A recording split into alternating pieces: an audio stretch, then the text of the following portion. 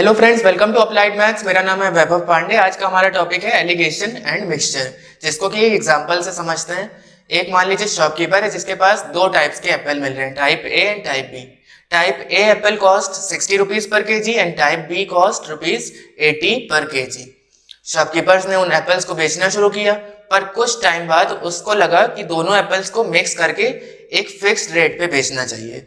May be उसको profit उतना नहीं हो पा रहा था, तो उसने सोचा कि दोनों को मिक्स करके अच्छा प्रॉफिट बनाते हैं। तो उसने रेट रख दिया, मान लेते हैं 72 रुपीज पर केजी। मतलब पिछली बार उसने क्या किया था, 80 रुपए पर केजी रखा था टाइप बी एप्पल्स का और 60 रुपीज पर केजी रखा था टाइप ए एप्पल का। लेकिन अब उसने एक कॉमन प्राइस रख दिया मिक्स करने के बाद 72 रुपीज पर केजी। अब उसको किस रेशियो में दोनों एप्पल्स को मिक्स करना चाहिए कि उसका रेट जो है वो 72 आ जाए। तो आइए ये देखते हैं इस फॉर्मूले के हिसाब से।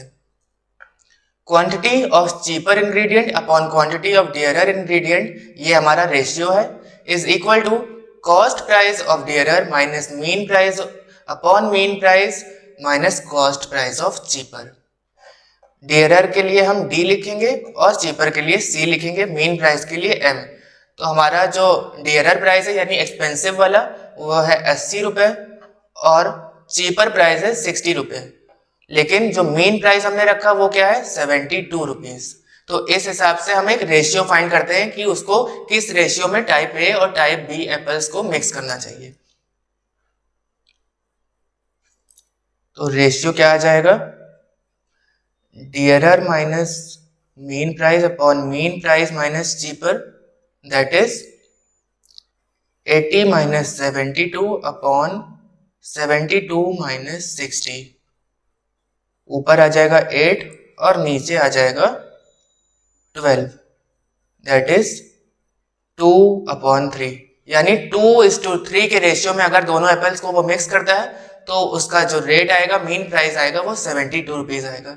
इसी तरह के हमें क्वेश्चन मिलेंगे एलिगेशन एंड मिक्सचर में। लेकिन यहाँ पे ध्यान देने वाली बात यह है कि जब कॉस्ट प्राइस होगा तो हर जगह कॉस्ट प्राइस ही होगा, और यूनिट जब अगर केजी है तो सब जगह केजी होगी, लीटर्स होगी अगर तो हर जगह लीटर्स। तो यहाँ पे मेन यूनिट का खेल है। तो आइए देखते हैं इसके कुछ questions. Question 1 says, in what ratio must a grocer mix two varieties of pulses worth rupees this and this per kg respectively so as to get a mixed worth of 92 per kg? Similarly, जैसे कि हमने पिछले question में किया था, same वही concept यहाँ पे यूज हो रहा है।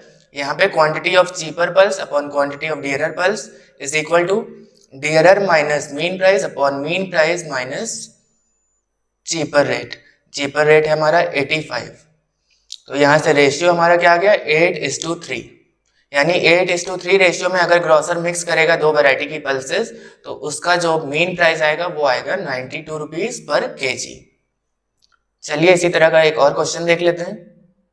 The cost price of type A Apple is ₹120 पर केजी और टाइप बी एप्पल का दे रखा है 180 पर केजी। यहाँ पे रेशियो दे रखा है लेकिन मीन प्राइस पूछा है उससे, तो सिमिलरली हम उसी तरह करेंगे। यहाँ पे बस मीन प्राइस की जगह एम रहने देंगे, रेशियो की जगह 2/3 रख दिया।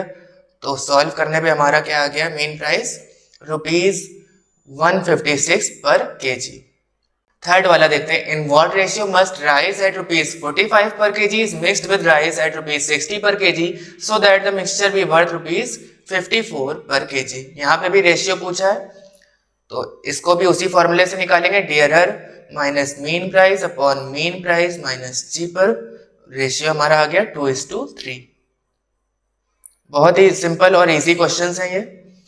तो अब आप आइए फोर्थ वाला क्वेश्चन देखते हैं। In what ratio must a grocer mix two varieties of tea worth ₹180 per kg and ₹200 per kg respectively so that selling the mixture at ₹216.20 he may gain 15%।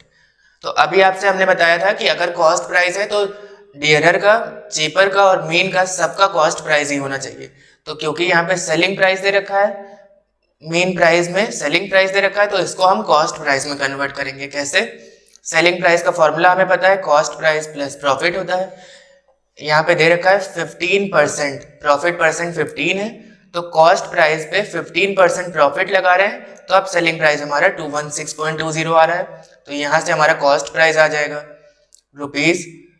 188 and this is our mean price, क्योंकि cheaper और dearer तो हमें question में ही दे रखा है 180 और 200, और इन्हीं दोनों के बीच में ही लाई करने वाला है मीन प्राइस, जो कि अभी हमने निकाला है 188।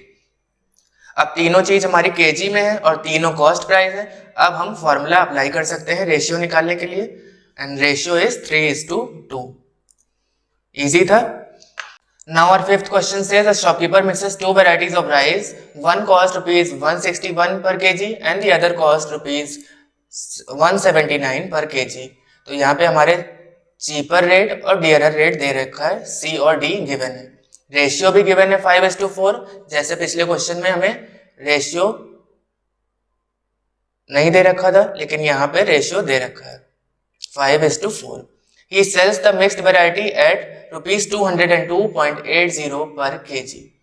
Find his profit percentage. सबसे पहले तो यहाँ पे ध्यान देने वाली बात क्या है कि मीन प्राइस m की वैल्यू गिवन नहीं है, वही पहले निकाल लेते हैं।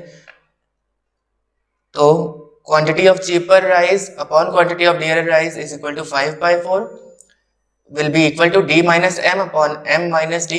यहाँ पे हमने m की जगह x ले लिया, आप m भी ले सकते हैं। सॉल्व करने पे हमारा कॉस्ट प्राइस जो कि मीन प्राइस होगा वो आ गया 169 पर KG. Selling price already given था क्वेश्चन में, तो यहाँ से प्रॉफिट निकालेंगे, profit will be selling price minus cost price. Profit आ गया। प्रॉफिट परसेंटेज का फॉर्मूला भी आपको पता होगा, 8th-9th में पढ़ा है, तो उसका फॉर्मूला होता है प्रॉफिट अपॉन सीपी इंटू 100।